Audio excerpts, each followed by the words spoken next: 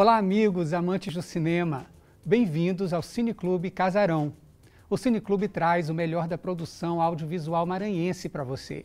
Entramos na grade de programação da TV UFMA com o apoio da Guarnicê Produções e do Mavan, Museu da Memória Audiovisual do Maranhão, que gentilmente cederam seu acervo. Hoje chegamos ao nosso terceiro episódio e exibiremos o filme A Pedra e a Palavra. O filme, de 2014, tem direção de Joaquim Eichel e Coy Beluso, que juntamente com Ariana Chediak também assinam a produção. O documentário aborda a vida e a obra do padre Antônio Vieira, elucidada por depoimentos de grandes especialistas dos países onde o jesuíta atuou. Há quem diga que na história da literatura universal existem três figuras: Shakespeare, Cervantes e Vieira. João Pessoa o chamava de imperador da língua portuguesa. É impossível se falar numa história de Portugal ou do mundo sem falar no padre Antônio Vieira. As controvérsias que cercam a vida do padre jesuíta são muitas e relatadas com detalhes no filme.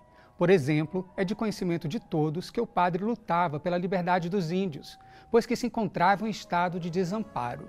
No entanto, quanto aos negros, acabar com a escravidão seria também acabar com a produção. A passagem pelo Maranhão está bem documentada e podemos ver aí a perseverança, influência e determinação do padre em estender o domínio da coroa portuguesa, realizando seu trabalho missionário entre colonos, gentios e índios. O diretor do filme, Joaquim Eichel, é grande admirador do padre e disse ter uma relação de amor e descrença com o jesuíta. Por um lado, um homem de sabedoria e inteligência singular. Por outro lado, em total descompasso com a realidade, um profeta do Quinto Império. A Pedra e a Palavra passeia pela longa história de missionário, político, escritor e bandeirante do padre Antônio Vieira, uma abordagem nova e esclarecedora sobre o pensamento de um dos gênios da história luso-brasileira. Para quem gosta de história, eis aqui um de seus maiores personagens. Bom filme!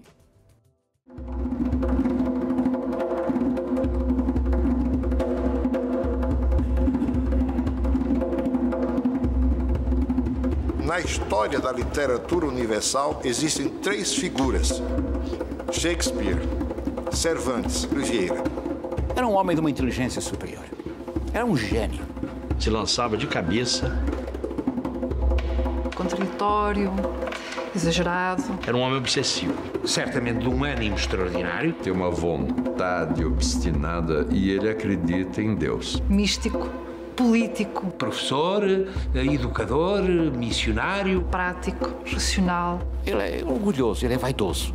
Ele gosta da sua pessoa. Humano, demasiado humano, muito humano. Muito visionário, né? Ele pensava o reino, ele pensava o império, ele pensava Portugal no protagonismo de tudo. Ele pensa o mundo, aqui não há limite para ele. Ele fez cartas, né? Ele fez pareceres, ele fez sermões. Se há alguma coisa de que ele gosta, é da política. Ele é um dos maiores cruzadores da língua portuguesa, sem dúvida nenhuma. É que o Vieira sistematiza a língua portuguesa escrita. Que o homem é a palavra. O homem se faz por palavra. Move os espíritos em direção a uma determinada verdade. Nós, como sabem, há uma figura lisboeta muito interessante, o Fernando Pessoa, que é um grandíssimo poeta,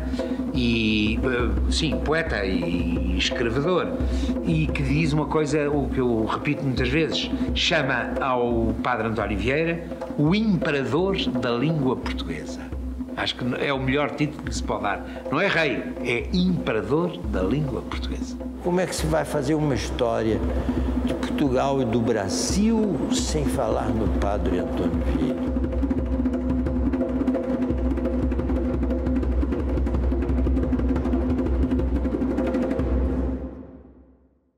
Vieira deveria ter as proporções físicas de uma constituição robusta e de feições harmoniosas.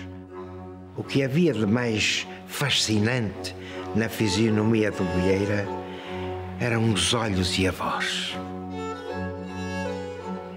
Ele devia ter um olhar profundo, um olhar que interpreta como um ator excepcional as emoções. Daí A voz, o olhar, o gesto. Ele nasceu em Lisboa e aos 7 anos apareceu em Lisboa um homem que dizia que era seu pai e que veio buscar a mãe e a criança de 7 anos para Salvador da Bahia,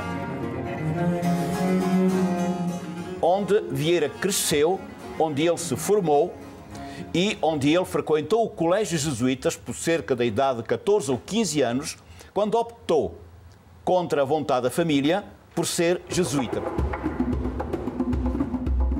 O destino do Vieira estava traçado.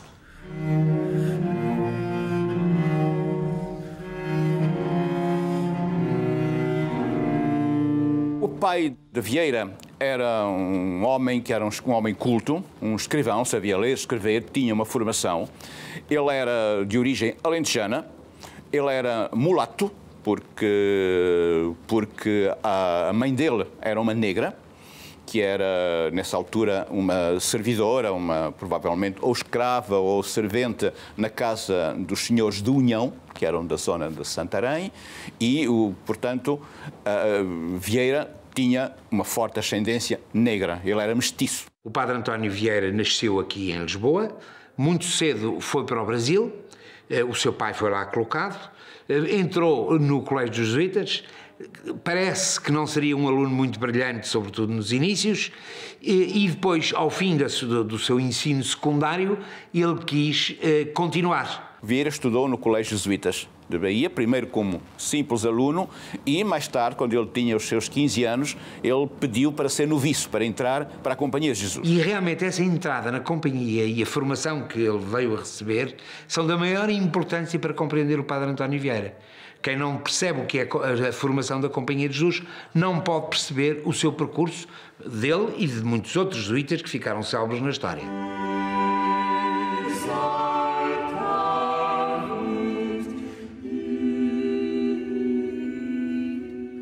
Em 1534, um soldado espanhol, vamos marcar bem o temperamento espanhol como um dos ingredientes desta coisa que estamos preparando, um soldado espanhol, manco, ferido em batalha, resolve mudar de fardamento. Eu não vou mais ser soldado do príncipe, eu agora vou ser soldado de Deus. Funda a Companhia de Jesus. O nome é eloquente por si mesmo. O termo militar permanece. Quer dizer, o modelo é militar. É como uma legião, a Companhia de Jesus. E define o padre jesuíta, o que segue Jesus, como um soldado de Cristo. Na verdade, a formação do jesuíta é uma formação para o desafio. Enquanto as ordens religiosas daquela época eram caracterizadas pela estabilidade dos conventos, dos mosteiros, a Companhia então nasce como uma ordem nova, com um novo estilo de vida religiosa, que é uma ordem missionária, sem muita estrutura, mais leve. Por quê? Para exatamente ir àqueles lugares onde ninguém vai. O jesuíta é uma mistura de 3 coisas. É um soldado medieval, é um cruzado redivivo, é um filósofo escolástico exacerbado e é um místico quase enlouquecido. Essas 3 figuras juntas constituem o padre Vieira, como constitui qualquer jesuíta. Agora, a ideia é de que a gente se salva na história. Quer dizer, nós vamos intervir no tempo. Jesuítas sempre foram tidos como eles articuladores, eles eram maquiavélicos, eles estavam sempre envolvidos nas coisas que tinha. E o Vieira, ele não fugia à formação da Companhia de Jesus, quer dizer, onde ele tinha a obrigação também de modificar os costumes do mundo, e não somente os da alma, quer dizer, da glória eterna, mas também de procurar modificar o mundo. E mesmo enquanto estava em formação, tanto quanto os seus estudos, que eram prioritários, o permitiam, e tanto quanto os seus superiores o mandavam e permitiam também, foi sempre mantendo contacto, sobretudo com a realidade brasileira, com as diversas tribos, aprendeu algumas línguas. companhia não permitia, de modo geral, entrar gente melancólica, gente muito sonhadora. A companhia gostava de gente colérica, como eles diziam, forte, enérgica, e gente sanguinária, cheia assim de vigor. E segundo a medicina dos humores da época, né? E o Vieira é classificado como colérico. A Companhia de Jesus, em Portugal, ela obedece ao geral em Roma, na medida que ela é uma ordem religiosa. E aparentemente ela negocia os interesses do Papa, do papado. Mas, ao mesmo tempo, ela faz o jogo português na conquista, por exemplo, da América ou da África, inclusive entrando em choque contra a Companhia de Jesus da Espanha. O impulso mais profundo e sincero religioso se manifesta na ação, se manifesta na intervenção nas coisas terrenas. Tem até uma passagem célebre do Vieira, acho que no Sermão do Espírito Santo, em que ele diz, ele encontra lá, depois da morte de Jesus, os apóstolos ficam olhando para o céu em busca de algum sinal que viesse para eles, né? Então eles dizem e aí passa por ali um anjo e diz: o que é que vocês estão fazendo olhando para o céu? É preciso olhar para as cegueiras da terra. Quer dizer, essa religião do Vieira, como dos jesuítas do 17, é uma religião altamente política. É uma teologia que se movimenta na direção das coisas do homem, né? Então elas estão sempre articuladas. Não é puramente especulativa. Pregação. Pregação aqui que era pregão também, pregão político. Esta é a causa original de todas as doenças do Brasil. Tomar o alheio, cobiças, interesses, ganhos e conveniências particulares, por onde a justiça se não guarda e o Estado se perde. Perde-se o Brasil, Senhor, porque alguns ministros de Sua Majestade não vêm cá buscar o nosso bem, vêm cá buscar os nossos bens.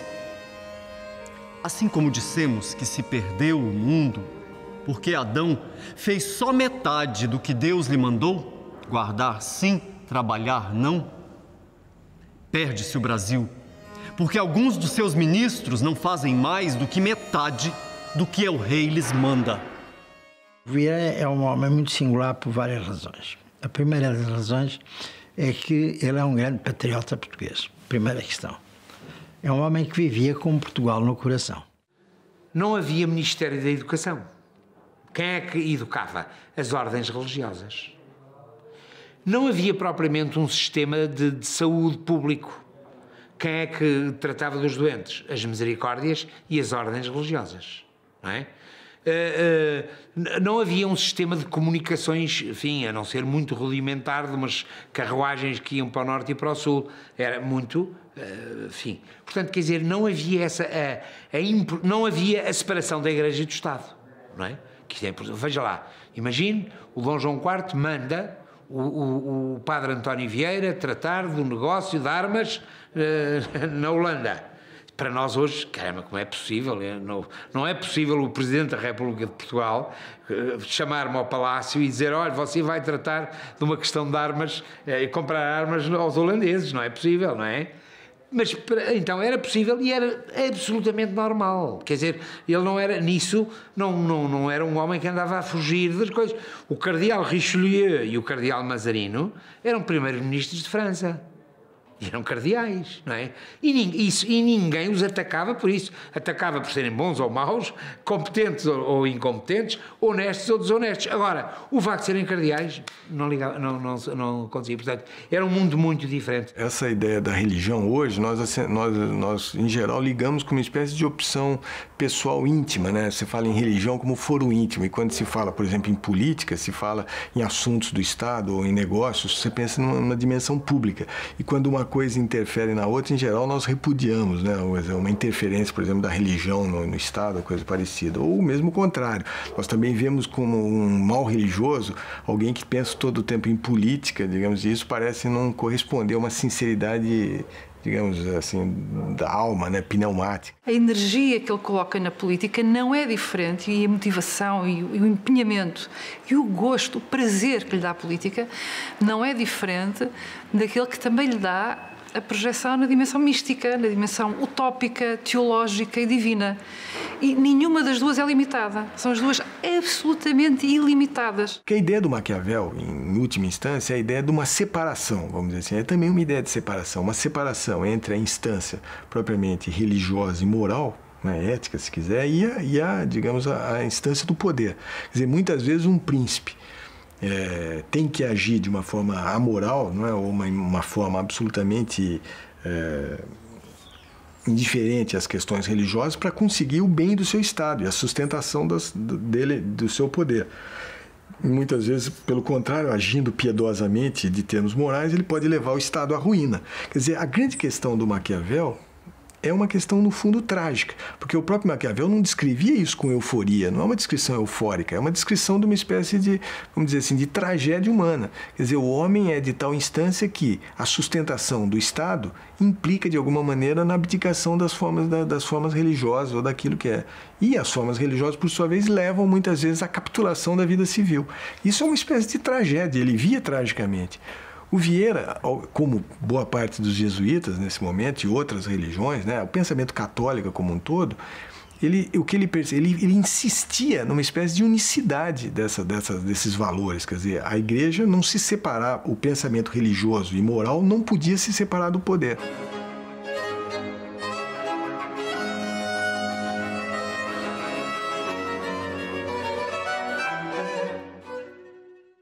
A Bahia tem teologia e filosofia desde 1575. Desde 1575. São estudos do mais alto nível. Por exemplo, é dentro desse colégio geral da Companhia de Jesus, Colégio da Bahia, que o Vieira se forma. Esse colégio tinha tal nível de expressão, de qualidade, de altura, que a Câmara de Vereadores, em 1600 e tanto, propõe à coroa portuguesa que lhe fosse reconhecido o direito de dar a láurea doutoral. E então, na época de Vieira, eram os jesuítas que detinham o poder, o munus do conhecimento. Então, eles eram, na realidade, um poder paralelo, mas um poder paralelo forte e que dominava o confessionário. Através do confessionário, a religião, principalmente, claro, a religião católica, tinha conhecimento de segredos de Estado. E quantas vezes esses segredos de Estado foram usados, né, nas suas vinculações políticas, né, em determinados momentos. Então, Vieira poderia-se dizer, inclusive, que à época ele tinha poder, ele detinha um poder. Por quê? Era um excelente orador, era um padre jesuíta.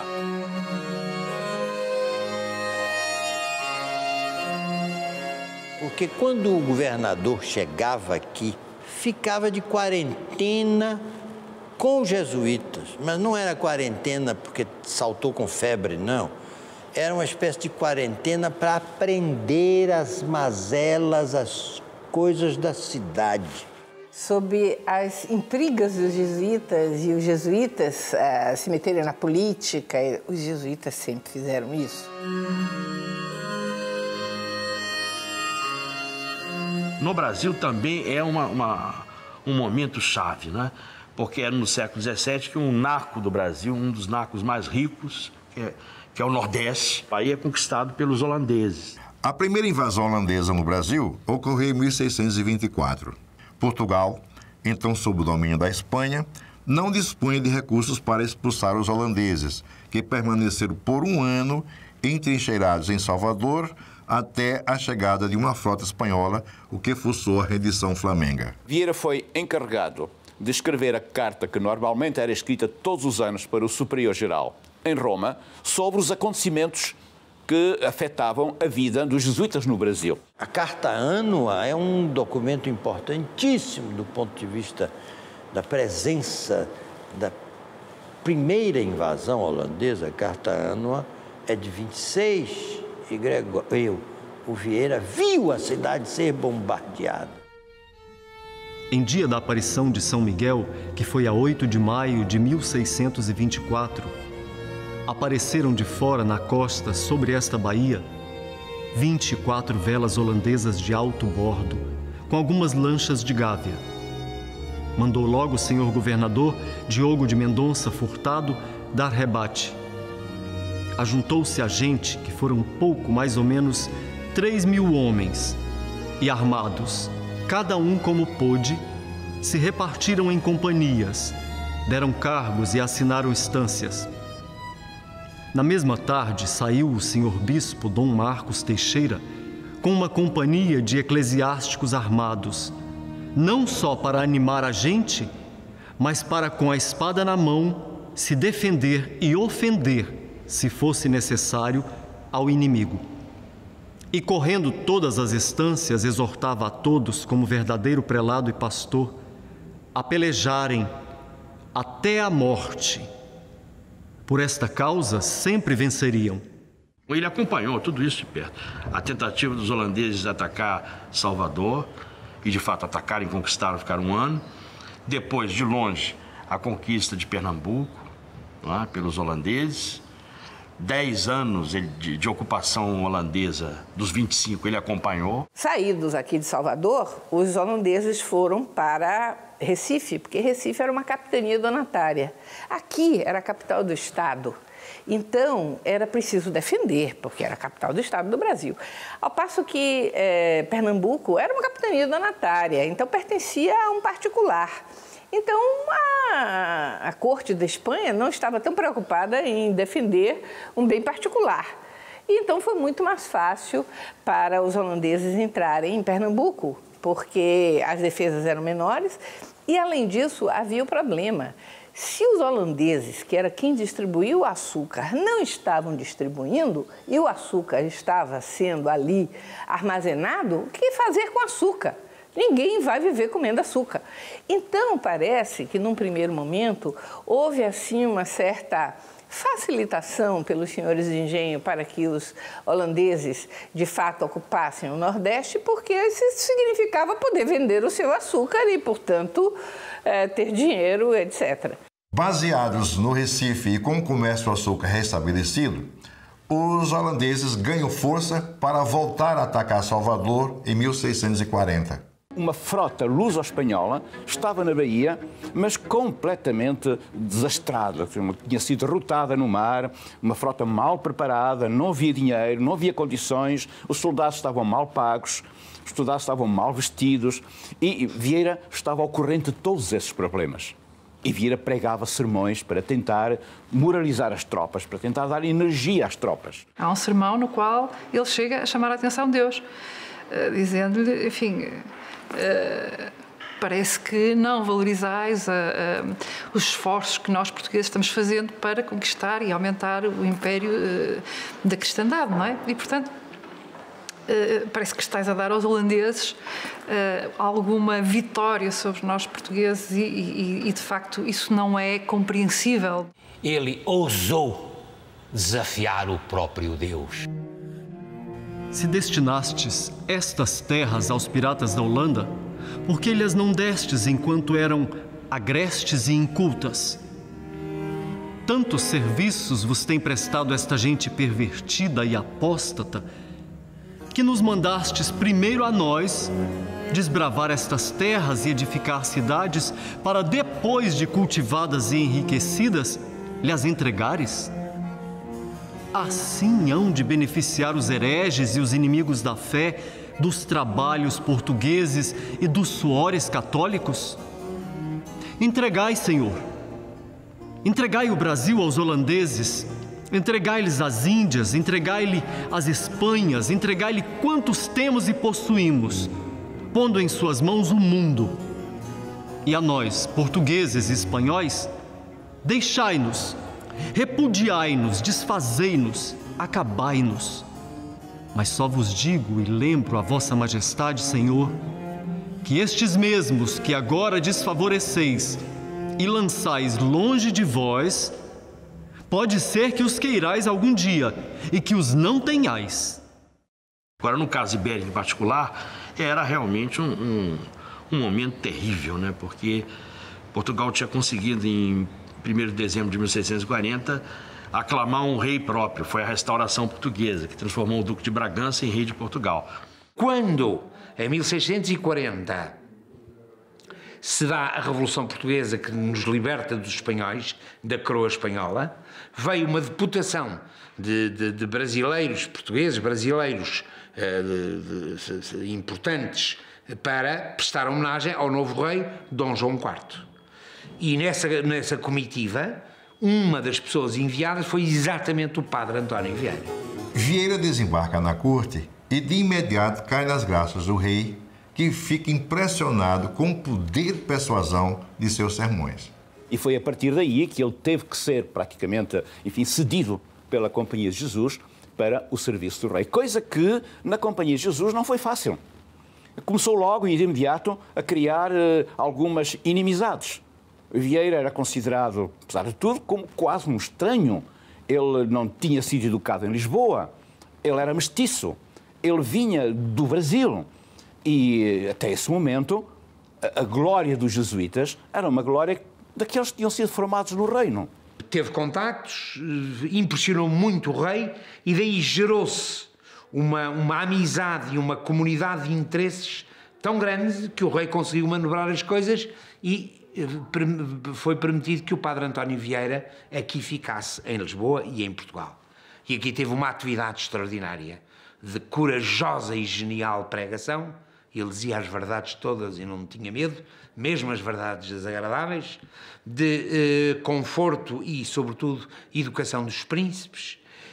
O Dom João IV tinha por ele um encanto extraordinário e, portanto, serviu-se dele para algumas missões muito importantes, diplomáticas, o casamento de princesas e, sobretudo, meteu nos problemas da guerra, porque Portugal estava muito fragilizado, tinha-se libertado da Espanha, a Espanha era maior, era mais rica, praticamente cercado, e ele foi várias vezes em missão para arranjar amizades e arranjar dinheiro que permitissem a subsistência de Portugal e a resistência a uma Espanha que não desistiu durante 20 anos, mais ou menos, a tentar recuperar Portugal. Havia coisas que o rei queria que se dissessem e o Vieira era a pessoa indicada para as dizer. Portugal não tinha navios.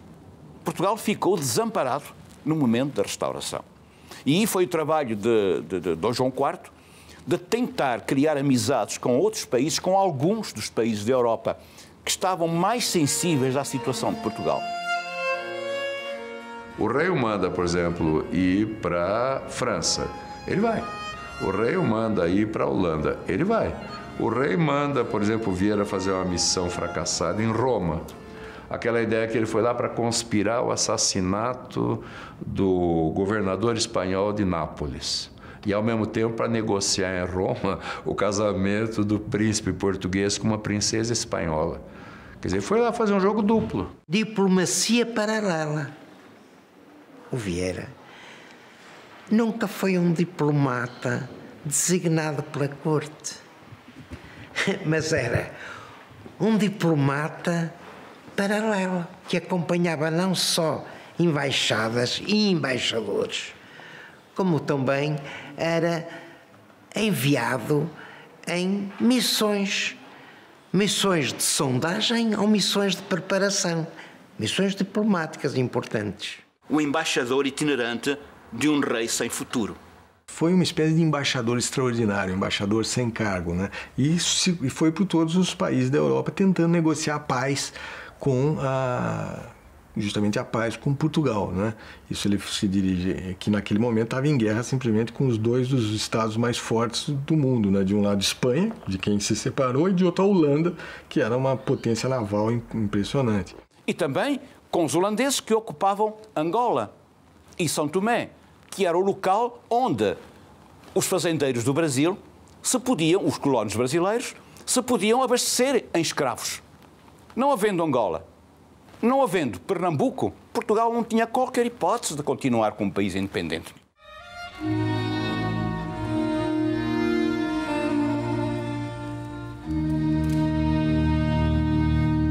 Os projetos do Antônio Vieira para Portugal, eles sempre esbarram nos dominicanos que, no caso, na época dele, controlam a Inquisição. Que o tribunal ele não tem dotação, ele depende de, ele vive às custas daquilo que ele próprio consegue, de alguma maneira, confiscar e fazer e obter.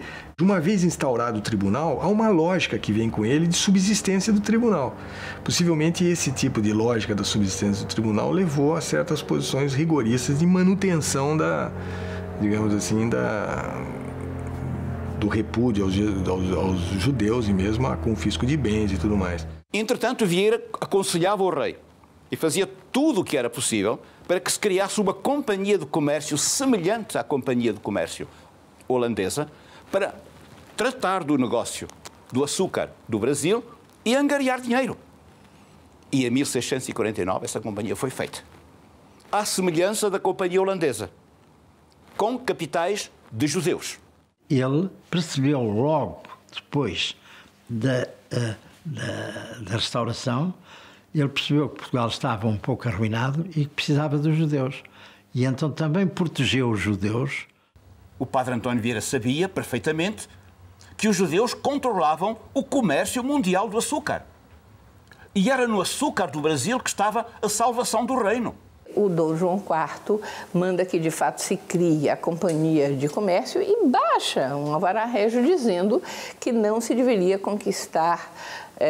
confiscar os bens dos cristãos novos julgados pela Inquisição. Os cristãos novos que fossem condenados pelo Santo Ofício teriam os seus bens geridos pela coroa, que poderia mesmo distribuir aos parentes do condenado. Ora, isso é uma coisa extraordinária, né?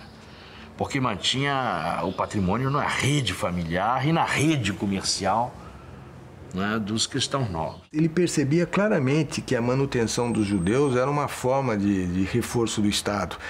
E mais do que isso, ele tinha uma concepção religiosa em que era possível, ele tinha uma absoluta crença disso, de que era possível uma conversão do judeu ao catolicismo sem nenhuma, digamos assim, violência. Ele queria que os judeus capitalizassem Portugal.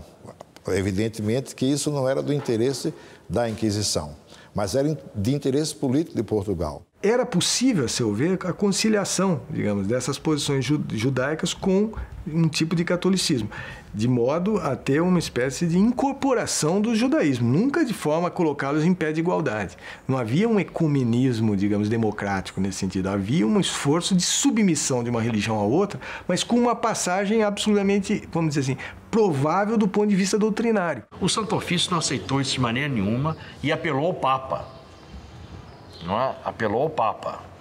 E o Papa, que por sinal apoiava a Espanha contra Portugal, não reconhecia a dinastia de Bragança como a casa reinante em Portugal, o Papa apoiou os inquisidores. Aí o que faria o Vieira? O Vieira aconselhou o rei a resistir ao breve papal. Aí os jesuítas se dividiram. Alguns seguiram o Vieira por lealdade pessoal, por convicção e tal, mas outros jesuítas, mais graduados, mais velhos do que essa facção vieirista, disseram que não. De maneira nenhuma. Por quê? Porque o quarto voto da Companhia de Jesus é de lealdade ao Papa. Um jesuíta não pode ficar a favor de um rei contra um Papa.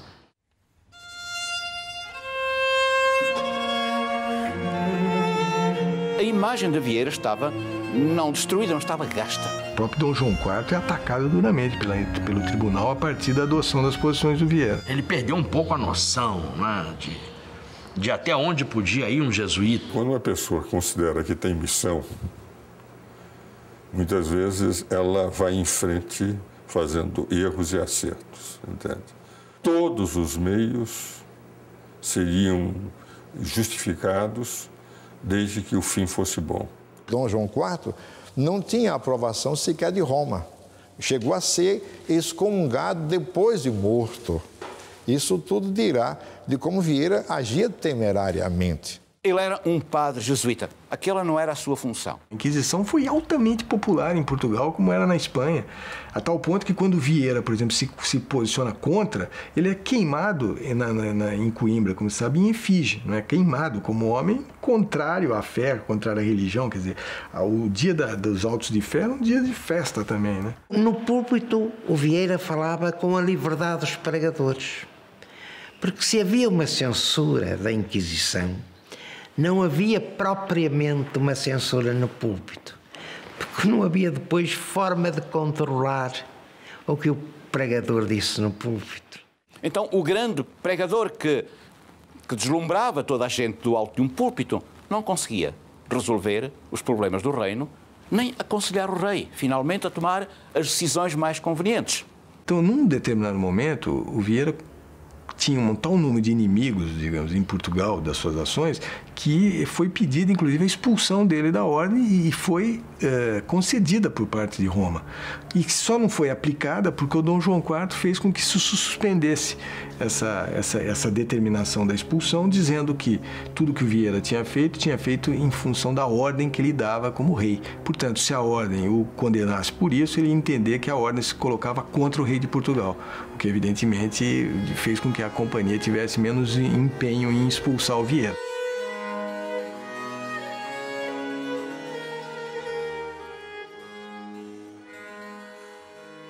Mas o comportamento do Vieira nesse momento, quando ele foi ameaçado de expulsão, inclusive o Dom João IV ofereceu para ele o bispado, para escolher o bispado que ele quisesse para tomar, para se tornar, então, sei lá, mesmo o prelado mais importante da secular, né, de Portugal.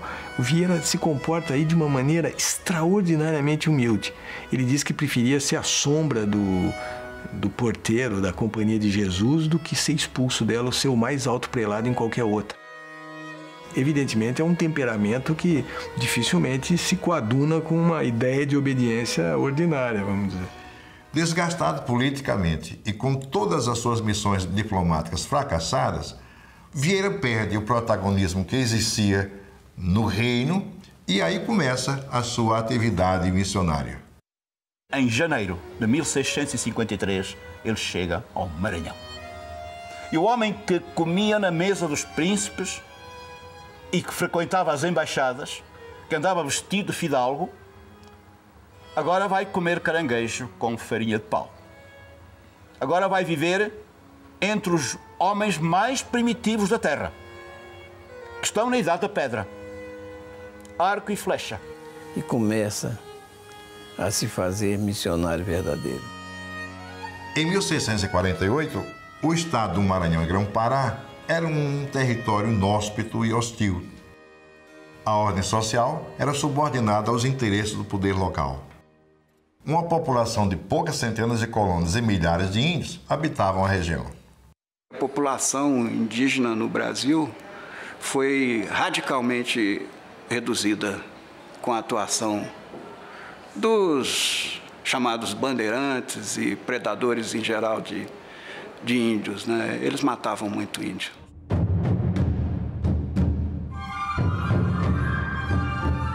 Se a gente pensa, por exemplo, a tese colonialista, que desde o século XVI defende que o índio é animal, ou então escravo por natureza, é uma política genocida, fundamentalmente.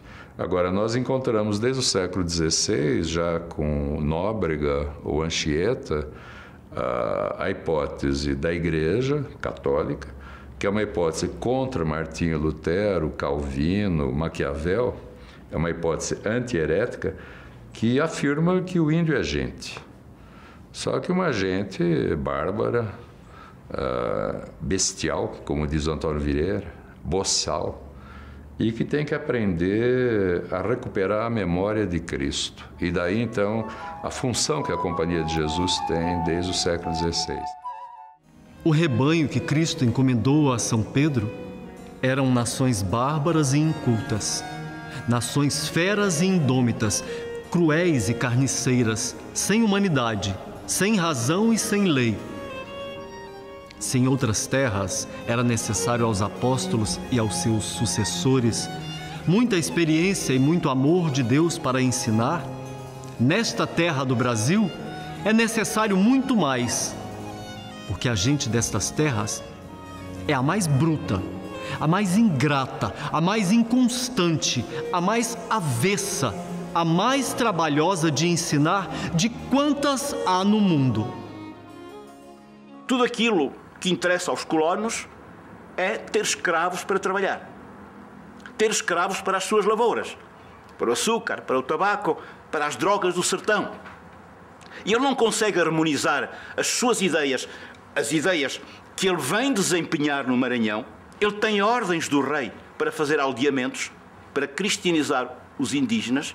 Ele tem ordens da coroa para que os índios sejam livres.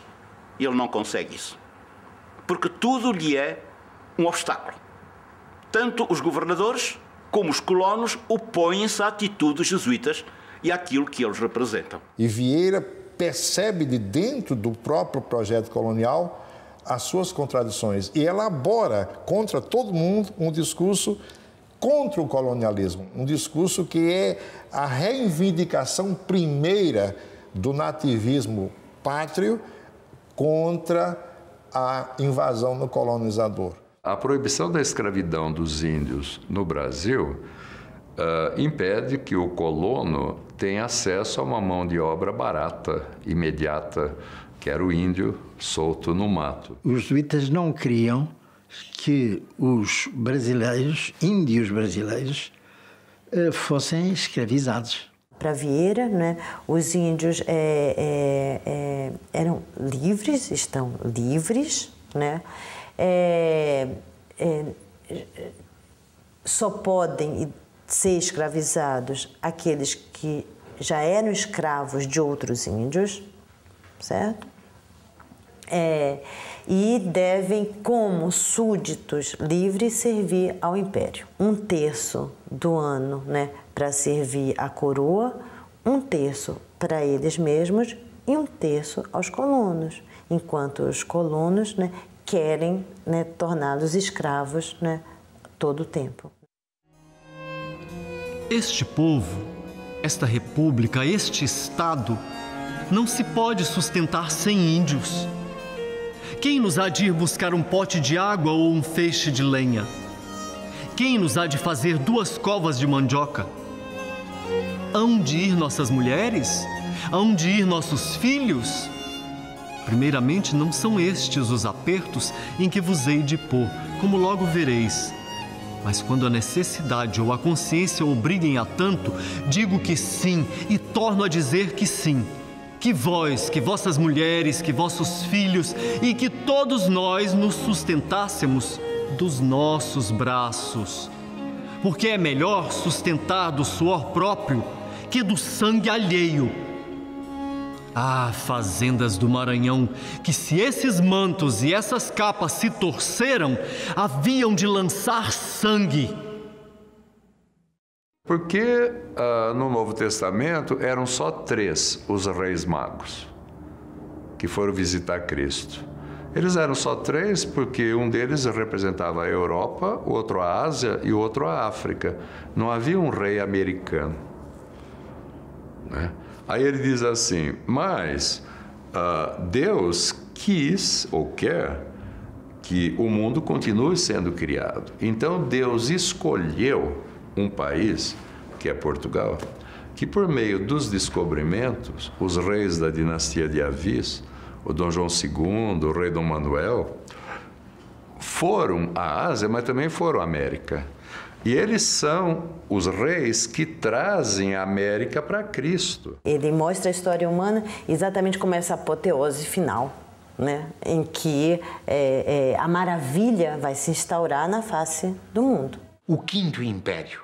Portanto, o padre António Vieira convenceu-se de que na sequência das profecias do Antigo Testamento tinha havido uma espécie de um império, o Segundo Império, o Terceiro Império, o Quarto Império, e que a Portugal, através do seu rei, caberia a instauração do Quinto Império por todo o mundo, com o Evangelho e com o papel ímpar do rei de Portugal, que seria uma espécie de um Messias rei para instaurar esse império de paz esse império de prosperidade, de religião em todo o mundo. Um desvario, um sonho exacerbado, uma quimera, mas sempre baseado, lastreado naquelas ideias da vinda, numa manhã de nevoeiro, do nosso rei Dom Sebastião. Como que um sacerdote, cristão, culto, acredita numas patranhas dessa. É isso que os inquisidores dizem. É uma visão que hoje a gente olha muito delirante, talvez, mas para a época e para Vieira, que era extremamente, além de muito visionário, ele pensava o reino, ele pensava o império, ele pensava Portugal no protagonismo de tudo. Você tem uma profusão nas décadas de 1630, 40, 50, 60 de messianismos e expectativas milenaristas, que é uma coisa impressionante. É preciso repensar a noção de verdade do Padre António Vieira. Uma verdade é aquilo pela qual eu sou capaz de viver e morrer. Uma verdade é uma aposta. E, portanto, o Quinto Império não é uma certeza no sentido prático, ou seja, a ideia não é que aquilo se realize exatamente assim, mas é uma aposta absolutamente comovente e, ao mesmo tempo, motivadora, movente, não é? E, portanto, não sendo o Quinto Império um projeto objetivo, é uma ideia extremamente mobilizadora. E, sendo extremamente mobilizadora, é profundamente verdadeira. Para Vieira não era utopia, era a realidade. As coisas que o Bandarra profetizou del rei Dom João, que ele ainda não obrou e há de obrar, são tão grandes, tão extraordinárias e tão prodigiosas que, como se as passadas não tiveram nada de admiração. Estilo foi este que sempre Deus usou com Portugal, receoso porventura de que uma nação tão amiga da honra e da glória lhe quisesse roubar a sua. Quem considerar o reino de Portugal no tempo passado, no presente e no futuro, no passado o verá vencido, no presente ressuscitado e no futuro glorioso. E em todas estas três diferenças de tempos e estilos, lhe revelou e mandou primeiro interpretar os favores e as mercês tão notáveis com que o determinava a enobrecer. Na primeira, fazendo, na segunda, restituindo, e na terceira, sublimando. Em relação aos negros, era como ele denuncia os desmandos dos senhores e tudo, mas ele entende, e como toda a sociedade em sua época, que sem os negros não era possível colonizar o Nordeste do Brasil. Quer dizer, sem Pernambuco não há açúcar e sem Angola não há Pernambuco. E, portanto, é um discurso dúbio, é um discurso hesitante, é quase, como às vezes dizemos para o Camões, uma razão oscilante. Aqui é também uma emoção e uma razão oscilante entre o reconhecimento da profunda dignidade e do profundo sofrimento dos negros, dos pretos, não é? Como ele diz. Por outro lado, a necessidade de dar um sentido à sua vida, uma vez que não é possível, do ponto de vista prático, sequer defender a ausência da escravatura. E, portanto, a salvação, são filhos diretos de Deus, estão sob a proteção de Maria e, portanto, é na prática da resistência que a sua dignidade acaba por ser muito mais elevada que a dos senhores. Em um engenho sois imitadores de Cristo crucificado, porque padeceis de um modo muito semelhante ao que o mesmo Senhor padeceu na sua cruz. Cristo despido, e vós despidos. Cristo sem comer, e vós famintos. Cristo em tudo maltratado, e vós maltratados em tudo. Eles mandam, e vós servis. Eles dormem, e vós velais. Eles descansam, e vós trabalhais. Eles gozam o fruto de vossos trabalhos, e o que vós colhei deles é um trabalho sobre o outro. Não há trabalhos mais doces do que os da vossa oficina. Mas toda essa doçura para quem é? Durante 1 ano e meio, o trabalho de Vieira no Maranhão e Grão-Pará foi um desastre. Ele briga com o governador, ele briga com o capitão Mó, ele briga com todo mundo e sempre com aquela língua de ferro, quer dizer, de fogo que ele tinha. Ele não consegue implantar missões, ele não consegue impor as suas ideias. E ainda por cima, a Câmara do Maranhão manda uma comissão a Lisboa. Comissão essa que se destina a pedir ao rei que faça novas regras e que permita a captura de escravos. E essa comissão consegue aquilo que quer. Vieira fica desesperado. Vieira parte às pressas para Lisboa, levando consigo um parecer para apresentar ao rei, defendendo que a jurisdição dos índios passe dos governadores para o poder dos jesuítas. Dom João IV acolhe o parecer. Ciente da necessidade de obter uma retaguarda militar, além do apoio institucional da coroa, Vieira pede ao rei a ajuda de André Vidal de Negreiros, líder da insurreição pernambucana 1 ano antes. Com André Vidal de Negreiros como governador, com novos padres, e ele entra numa espécie de euforia. Ele é um bandeirante, ele é realmente um militar, ele faz uma campanha arrasadora, ele envia os padres para toda a parte, para norte, para sul, ao longo do Tocantins, ao longo do Rio Amazonas. Alguns padres chegam a ir até onde fica hoje Manaus, manda alguns padres para o Rio Xingu, outros para o Rio Tapajós, e desenvolve as suas missões de uma maneira quase militar, uma estratégia militar. Ele abre caminhos para o interior do Brasil, pacificando regiões. Ele vai para sul até a Serra de Ibiapaba, que é o sítio mais difícil e mais complicado que havia naquela zona, que era necessário pacificar, onde não haviam somente índios, havia descendentes de franceses, de holandeses, enfim, toda a espécie de gente que lá se encontrava, e Vieira acaba por ser como que uma espécie de pequeno rei dentro de um domínio. Era um homem com muita vontade de poder, mas nenhum para si. Todo ele para a glória de Portugal. Vieira parte de São Luís para a Serra de Ibiapaba, em 1658, onde implanta a mais importante de suas missões jesuíticas.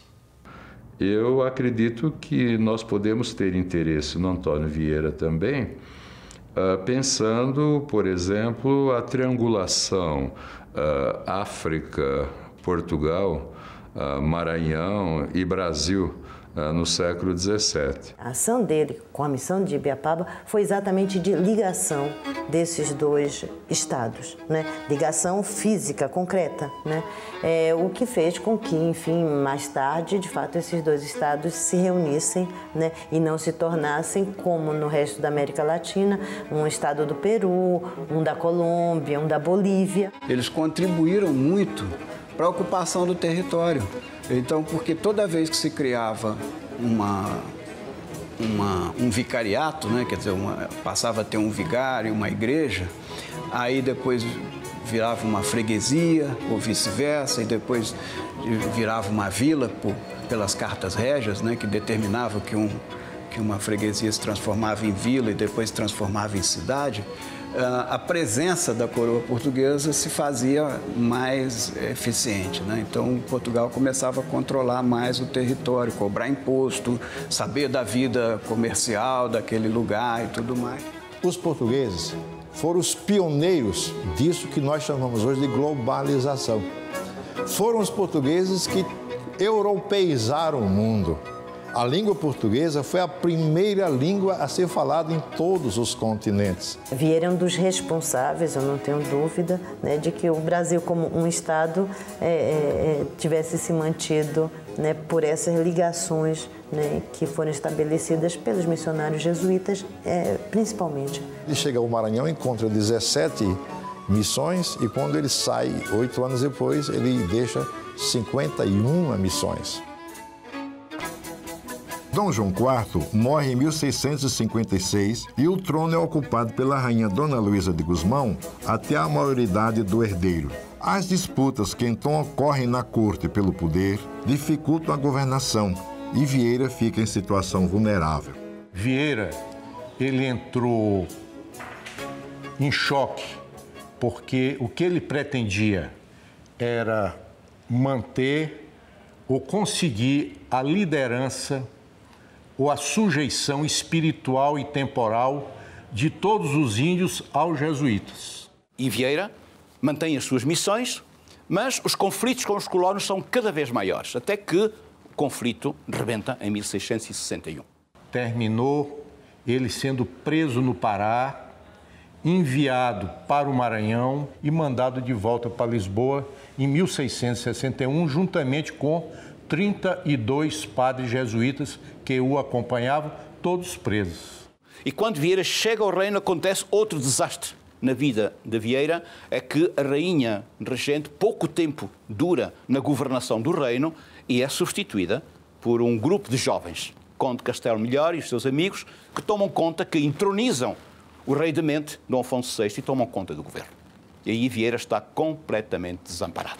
Aproveitando o momento em que Vieira se encontra politicamente fragilizado, o Tribunal da Inquisição leva adiante as acusações que já pesavam sobre ele. Logo que ele deixou de ser o menino da corte e do rei, a Inquisição instaurou-lhe um processo. Ele é acusado de anunciar a morte, a ressurreição de Dom João IV.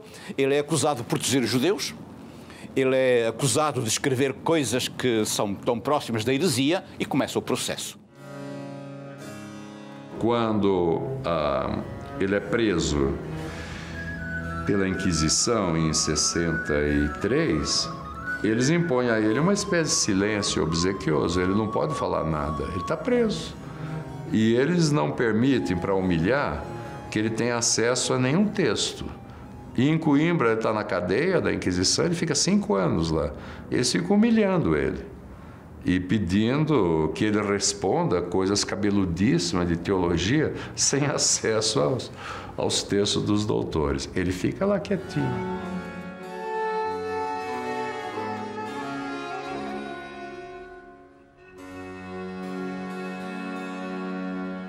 À medida que os exames vão se sucedendo e que eram para ele, enfim, né, reconhecer o seu erro, né, pedir, fazer vênias ao poder da Inquisição, ele reage de uma maneira fortíssima, né, humilhando os próprios inquisidores. Então se dá realmente aí um embate. Mas quando lhe disseram, mentindo-lhe, que o próprio Papa tinha condenado as suas ideias, aí ele cedeu.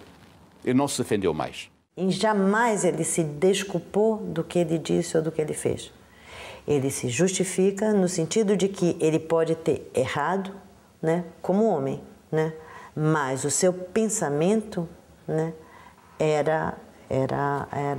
tinha bons fins, né? Ele pode ter se equivocado. Toda a luta de Vieira perante a Inquisição e com a Inquisição, contra a Inquisição, foi uma luta que só deixa o Vieira maior. Acabou por reconhecer, forçado, alguns dos seus erros, não todos, e o tribunal condenou uma pena que afinal não foi assim muito grande, foi condenado ao silêncio.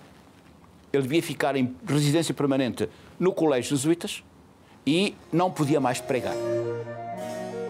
Um mês após a sua condenação, Dom Pedro II, articulado com fortes aliados, depõe seu irmão Afonso VI e os nobres golpistas que, de fato, governavam Portugal. Aparentemente vai haver uma mudança muito grande para Vieira, que acaba não se efetivando, né? Mas ele tem grandes esperanças em que esse outro filho do Dom João IV o ascenda novamente ao passo, né? Na verdade, o Dom Pedro tem muito receio da lábia, né, de Vieira e também procura mantê-lo um pouco à distância, mas, de fato, ele não é um inimigo, né? E a gente vê uma série de perdões que vão sendo dados, né, a Vieira, né, no sentido de que não se encontra, né, de fato, proposições heréticas. Quando ele consegue se liberar da Inquisição, ele vai correndo para Roma para tentar obter o perdão do Papa contra o veto que a Inquisição tinha feito a ele. Vieira chega a Roma em 1669, ano em que o Papa reconhece a dinastia de Bragança como soberana em Portugal. No ano seguinte, prega na igreja de Santo Antônio dos Portugueses o sermão das luzes da nação, louvando a independência de Portugal. Santo Antônio foi luz do mundo porque foi verdadeiro português. E foi verdadeiro português porque foi luz do mundo. O ser luz do mundo nos outros homens é só privilégio da graça. Nos portugueses, é também obrigação da natureza.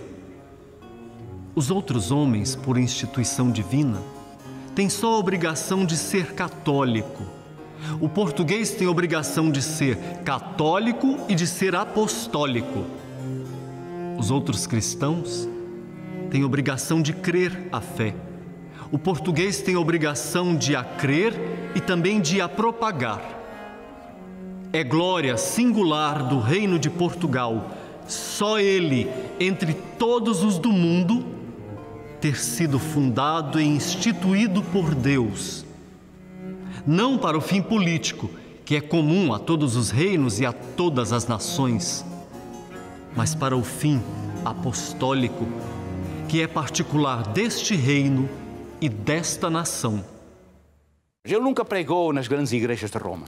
Ele pregou naquelas pequenas igrejas, aquelas joias da coroa, aquelas joias da arquitetura, onde se reuniam os embaixadores, onde se reuniam os cardeais.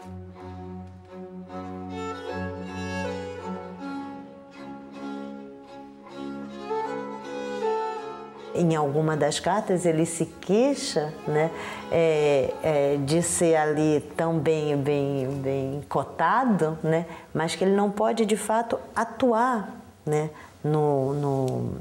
na vida pública, né? Ou seja, ele aparece ali como um ornato, como ornamento, né, para ser festejado na corte, mas exatamente no ambiente para ele mundano, em que não se decidem mais rumos, né, da humanidade, nem de nação alguma. Fora desse sentido de intervenção, ou seja, ser vista puramente como bela letra, como admiração, como uma coisa que se esgotava na própria confecção, vamos dizer assim, literária, isso para ele era desastre, era a perda da eficácia.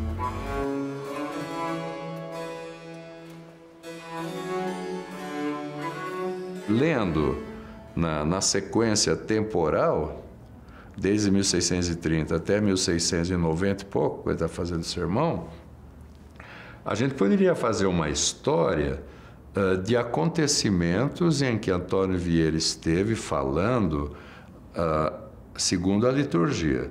Mas, ao mesmo tempo, a gente também pode fazer uma história daquilo que, ao longo do tempo, em cada sermão, ele foi falando de índio, ele foi falando de judeu, ele foi falando segundo as conjunturas. Nesse sentido, talvez uma crônica, num sentido amplo, até no sentido crônico de crônica, tempo. Uma experiência radical, eu acho, ler um sermão de Vieira. Eu vejo isso na classe. Às vezes eu estou explicando um assunto, os alunos têm um interesse, vamos dizer, intelectual. Aí eu começo a ler um sermão, ou peço para que alguém leia. Aquilo instaura um estado de emoção literária, vamos dizer assim, de impacto afetivo real, objetivo. É impressionante isso. Quer dizer, o caminho que a linguagem dele, de certa forma, instaura, quando se lê a cada vez, permanece extraordinariamente vivo. Então isso, eu não acho que seja crônica, entende? Isso é poder da palavra, no sentido mais radical, como é o poder da literatura. Há sistemas de representação no tempo do Vieira e que um desses sistemas é a agudeza. E que, nesse sentido, a ideia que eles têm como bons católicos, a ideia de que a luz natural da graça divina ilumina a nossa inteligência quando nós pensamos. E que a capacidade de estabelecer relações entre coisas e entre conceitos evidencia justamente que a nossa mente é orientada pela luz da graça. Agora, quando eu estabeleço uma relação que nunca ninguém tinha pensado antes, eu mostro para os outros que Deus está presente em mim. Então, quer dizer, ser agudo, ser engenhoso, é um modo de atestar também publicamente a presença da luz da graça iluminando a nossa mente.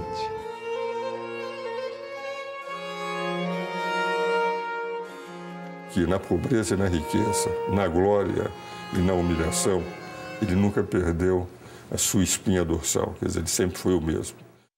Mesmo aquilo que eticamente poderia ser considerado um pequeno deslize, para ele são apenas meios justificáveis para atingir fins, porque os fins são sempre muito mais valiosos, não é? Porque às vezes o caminho do Senhor não é o mais fácil. Diria que o Vieira é caracteristicamente um anti-maquiavélico. Anti-maquiavélico num sentido particular. Não é só o que contradiz o Maquiavel, mas é o que incorpora o maquiavelismo no interior da igreja. Há momentos em que a religião é um caminho, o discurso religioso é um caminho para atingir um fim político, que em determinado momento se lhe coloca como sendo o mais importante, e outras alturas é o contrário. Não é? A política é o lugar de reflexão que lhe permite encontrar uma ideia maior, uma ideia que o ultrapassa, uma ideia de divindade sem a qual também não consegue pensar Portugal, nem consegue pensar a história como um todo. E, portanto, dependendo das circunstâncias, eu penso que o padre António Vieira é muito permeável ao mundo.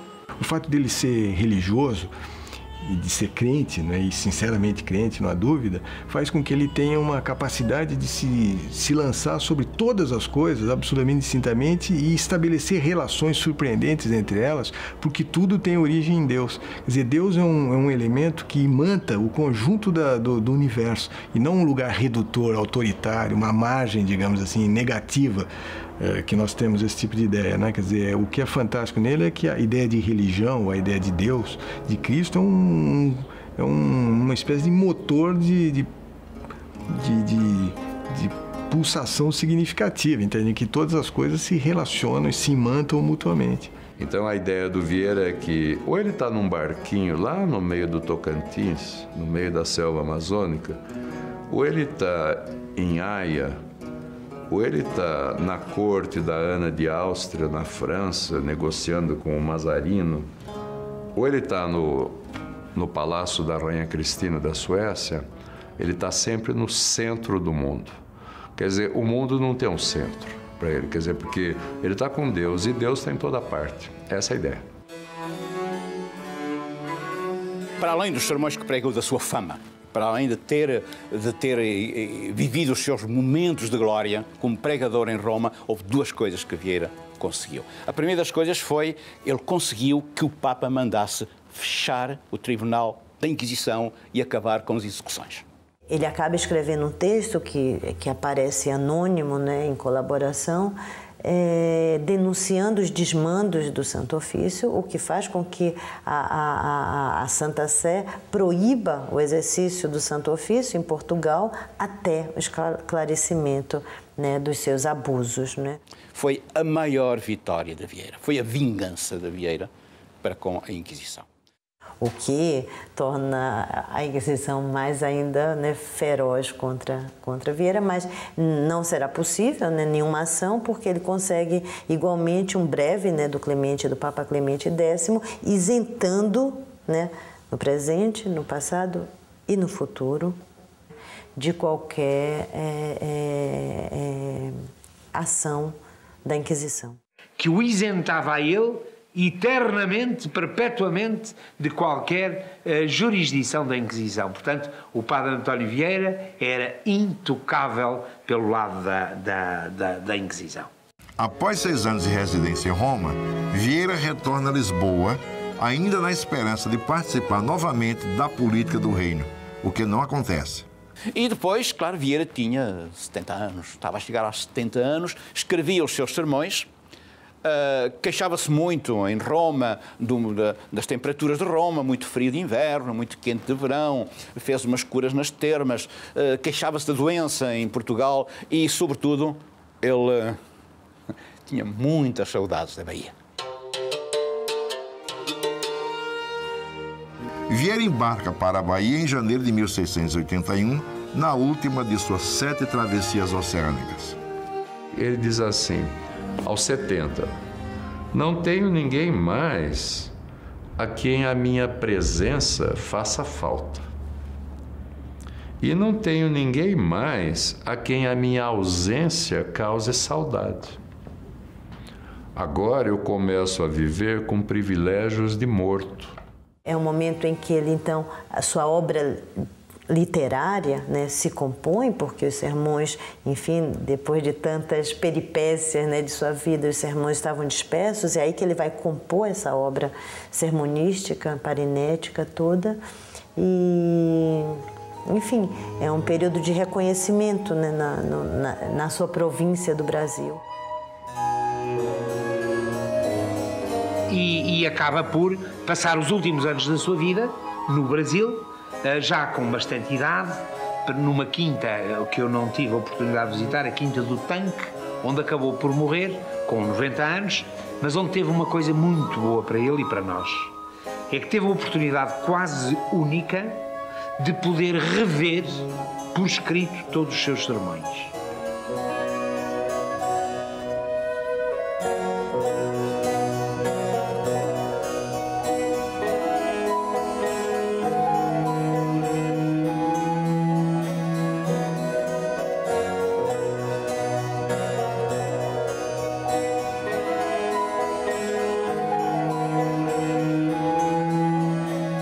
A monarquia absolutista acabou. Portugal não foi, de modo algum, o Quinto Império. A metafísica escolástica, a desigualdade pensada como algo natural, a Revolução Francesa acabou com tudo isso. A gente é democrático. Felizmente, nós não perseguimos mais judeus em nome da verdadeira fé, e os índios não conseguiram ficar livres, mas pelo menos acabou a escravidão declarada e acabou também a escravidão africana. Então, quer dizer, o mundo dele é mais do que morto, o mundo dele historicamente morto.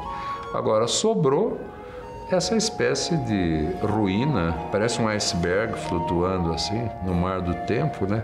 Uns pedaços de Antônio Vieira, que a gente se interessa porque é uma inteligência de primeira ordem.